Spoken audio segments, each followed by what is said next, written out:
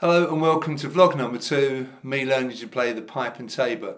And when I did my vlog exactly a week ago, I spoke about another tabor pipe that I'd ordered in the key of G, which I thought might be nicer, a little bit lower pitched, might be more useful for the Morris stuff that I do. And so it arrived, and here it is. It's a Tony Dixon, and if you compare it in size to the D, you can see it's quite a bit longer, and it involved a change of technique.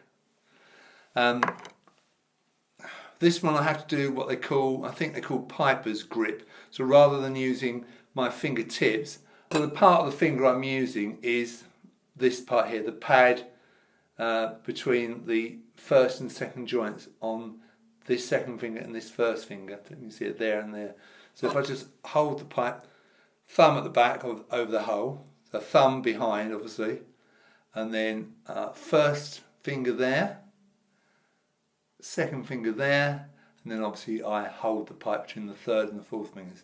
So that's the idea. Now I can get these low notes. So you can hear it's quite a bit lower. If I play the same notes on my D tabor pipe, obviously it's a fifth lower. It takes a bit of getting the fingers in the right place and keeping them there. Let's just do that again. So pad, pad. The problem I have is keeping this second finger low enough, like if I lift it and return to it. That's the pitch you should play it, so you're blowing slightly harder. So it takes a little bit more effort, a little bit more care, and obviously the holes are bigger. Generally it needs a little bit more care and attention. I figured out the first part of a tune that we play in the Morris called Corn Rigs. So this is in the key of G. This is only the A part, but the next part is a bit too high for this instrument at the moment until I get the necessary skill. So I'm playing the tune for you.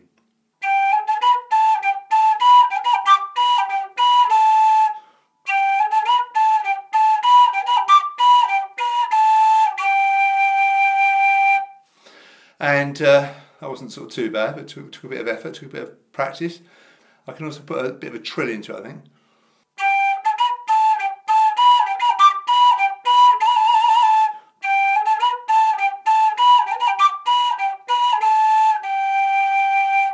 Case of running before I can walk there. Anyway, that's what it sounds like.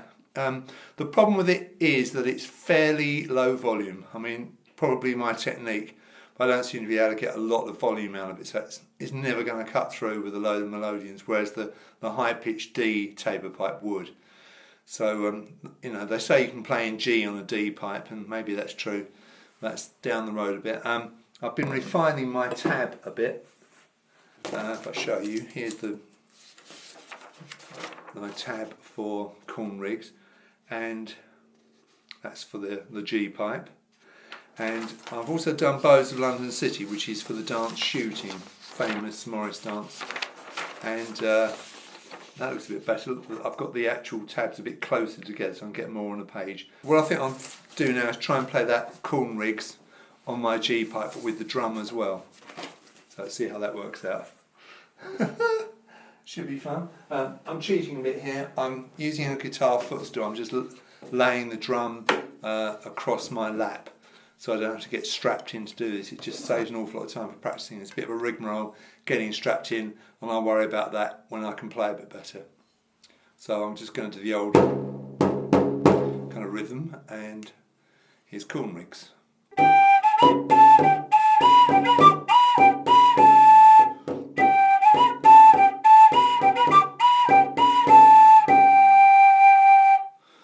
There it was briefly. I can only get through it once without falling over at the moment.